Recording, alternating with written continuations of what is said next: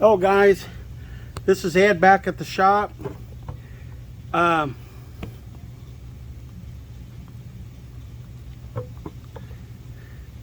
all my rings in.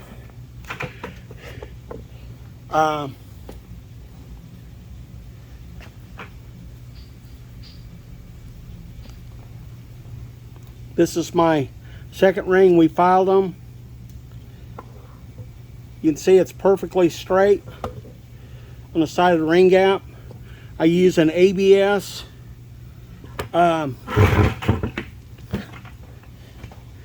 use an ABS ring grinder. I'll show you that in a little bit. No gaps, no crooked gaps. Even with a good machine, it takes a lot of practice.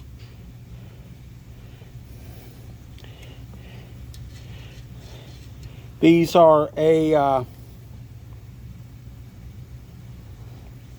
20 will go, it's fairly snug, and a 19 will go pretty good. That's 19 thousandths. I was shooting for 19 to 22 thousandths, 2022. Of course, you guys remember when I did the torque plate. So that was all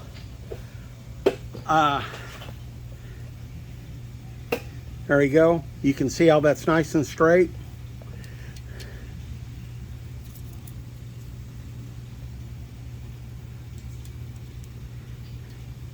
And that's just got drag on it. That's a 20. Nice and straight. 20 will kind of start.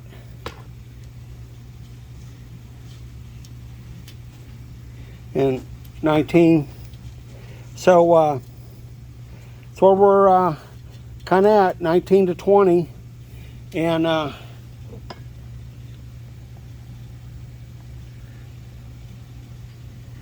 I want to show you, for a ring squaring tool, I don't have a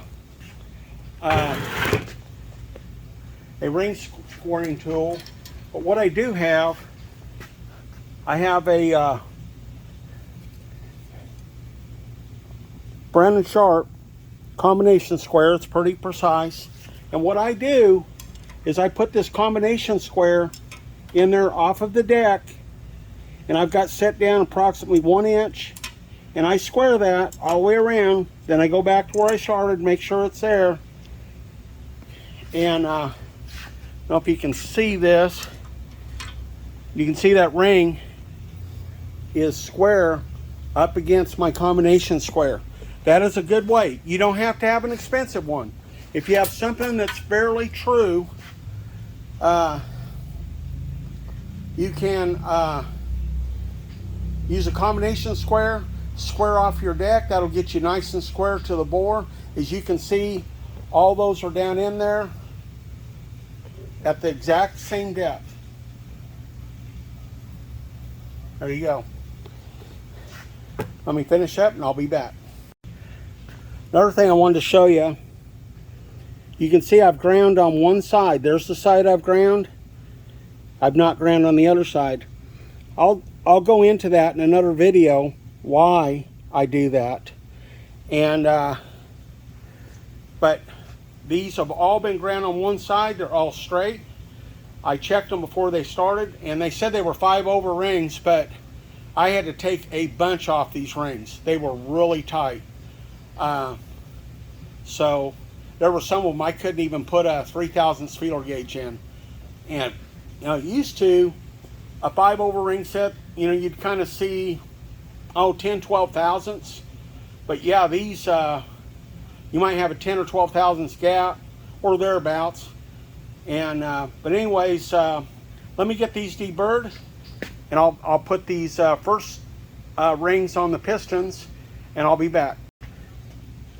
I also wanted to show you another thing. I don't know if this will show up in the camera. There's a gap, but you can just see that corner break. So I've taken a stone, this particular I've got an Indian stone, and I use that just to break and make sure there's no burrs on there. If you can feel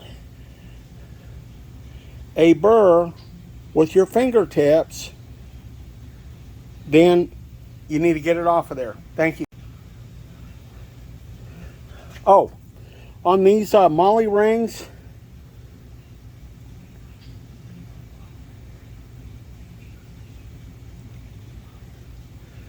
let's see. There you can see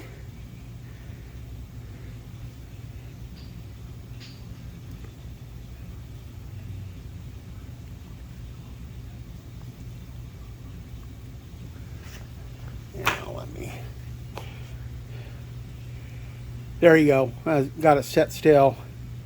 You can see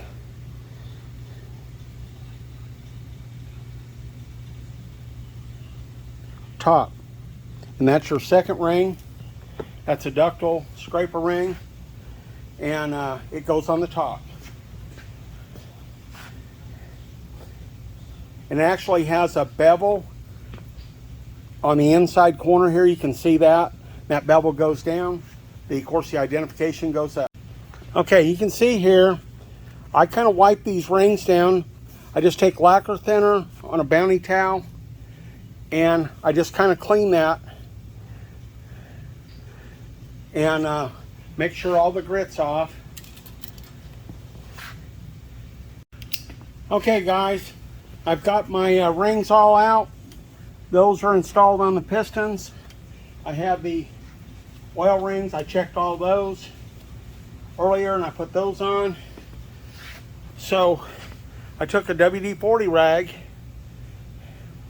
You can just see a light kind of dirt there, and I wiped all the grit off. I've been grinding on them rings, and of course I always deburr the leading edge so we don't get a scratch in the bore. I clean everything out before I start on the top, the molly. So let's proceed, and I'll be back. Okay, you can see I've just kind of got my rings setting in there. Let's get them squared up, as I told you in the previous.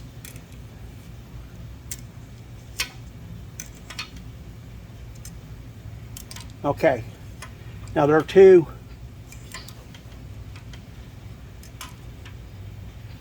We're flush against the deck.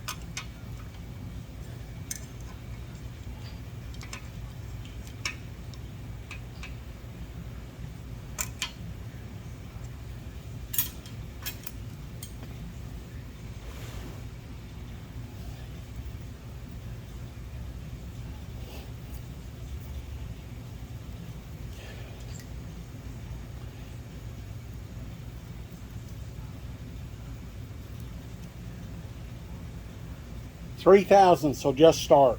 That's terrible. That's going to make a lot of work. Oh well.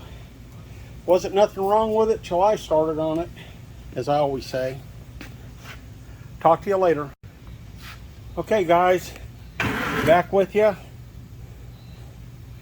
We've got our top gapped.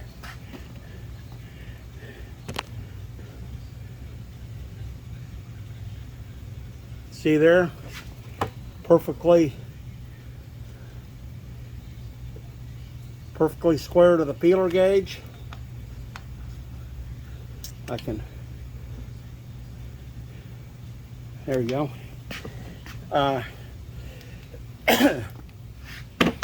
They're all gapped.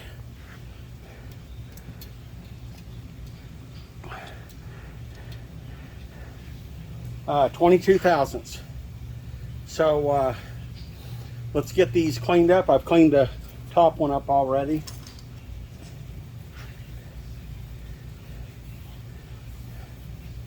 Let's get these I'll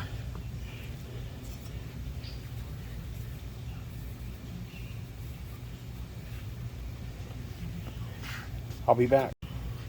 Okay, we've got a ring scram.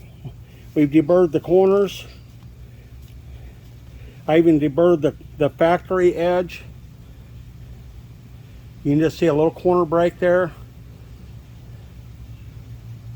There you go. And we cleaned them up. Cleaned off some of the protectant that they put on there so they don't rust. And I'll be back.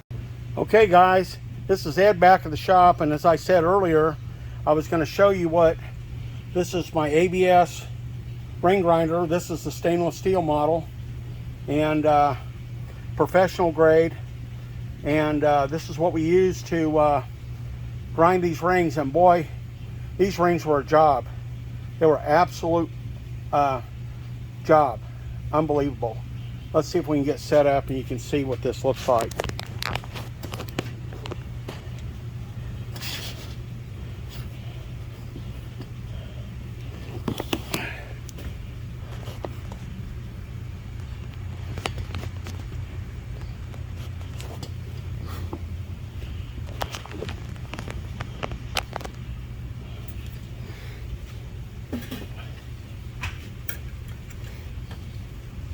Now I'm just going to do one or two, and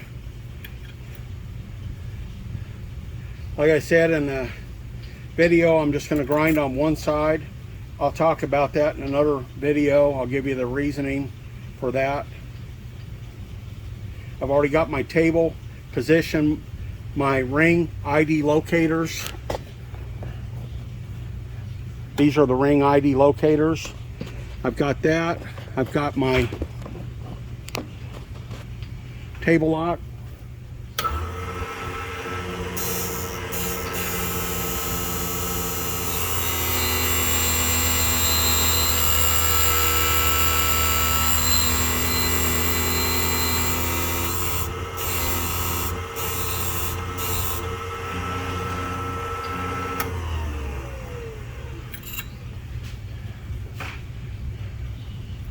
Okay.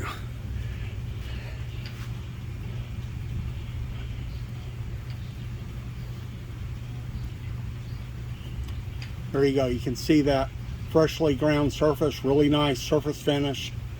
It's really, really nice. I'll be back.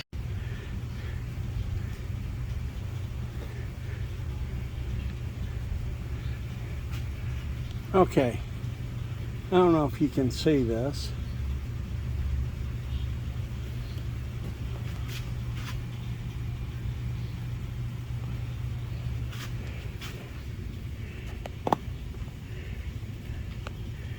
There you go. There's her top ring, and it goes to the top. Chamfer, the bevel, is toward the top. And as you can see that. That's a plasma moly ring.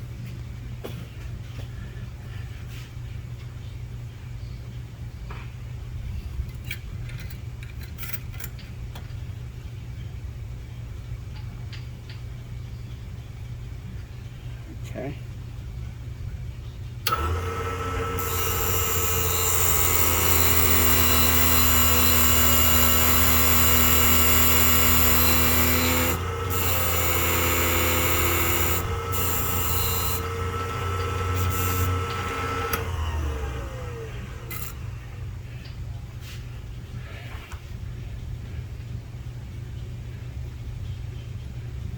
Okay. Okay guys, we got our Hemi crank all polished up after balancing. Let's put some WD-40 on it. This is a Molnar crank. There you go. Trying to keep the rust off it. A lot of humidity. Thanks for watching. Don't forget to like and subscribe. Battery's getting low. Thank you.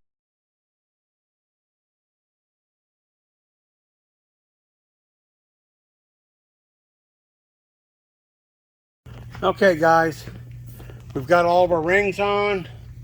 We've got our assembly aid all ready to go here. Everything's numbered. All he has to do is go home and start installing. Thanks again for watching. I appreciate it. Thank you.